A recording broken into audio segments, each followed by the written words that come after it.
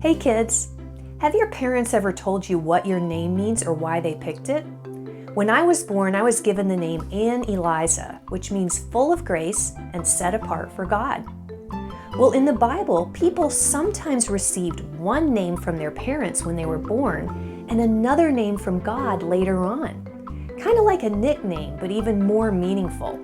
And today I'm going to tell you about a special name God has just for you. Stay tuned.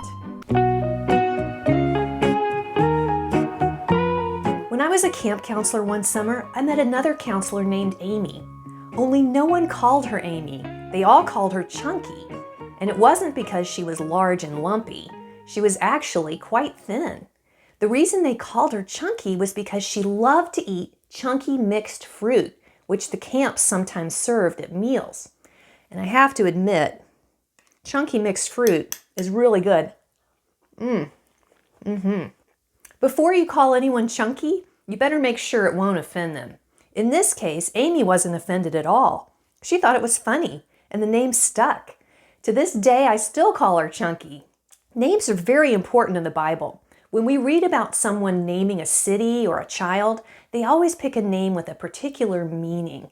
For example, when Rebecca had twins, the first one came out red and hairy, so she and her husband named him Esau, which means hairy.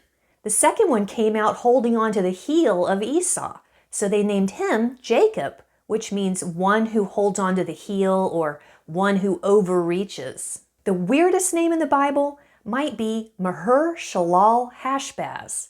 Can you say that? Maher-shalal-hash-baz. He was the second son of Isaiah, and God told Isaiah to name him that because it means swift to the plunder.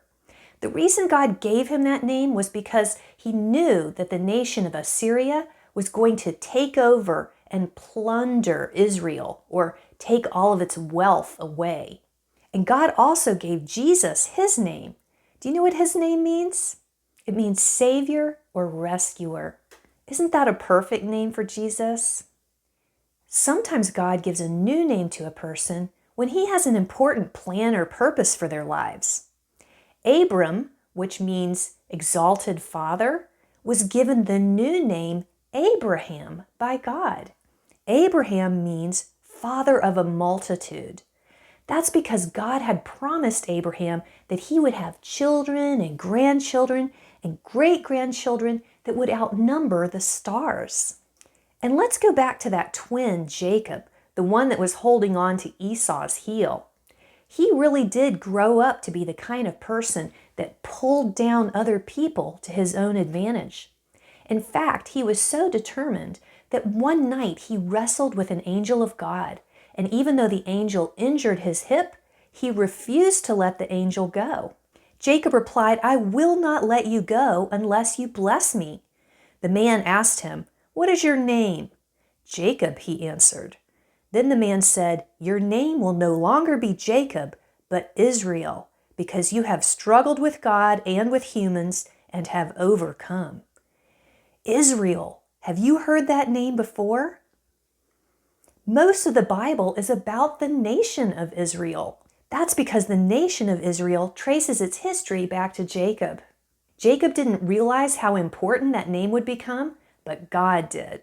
One man wrestling with God and humans and not giving up. That sounds a lot like the nation of Israel, a small country that won't give up. I don't know what your birth name means, but did you know that God has a new name for you? The book of Revelation tells us that those who have put their faith in Jesus Christ and remain faithful to him while they're here on earth will receive a new name from God when they get to heaven. Whoever has ears, let them hear what the Spirit says to the churches. To the one who is victorious, I will give some of the hidden manna. I will also give that person a white stone with a new name written on it, known only to the one who receives it. Isn't it amazing that he would have a secret new name just for you? That's how special you are to him. This new name will be a reflection of your life on earth and who you've become through knowing him.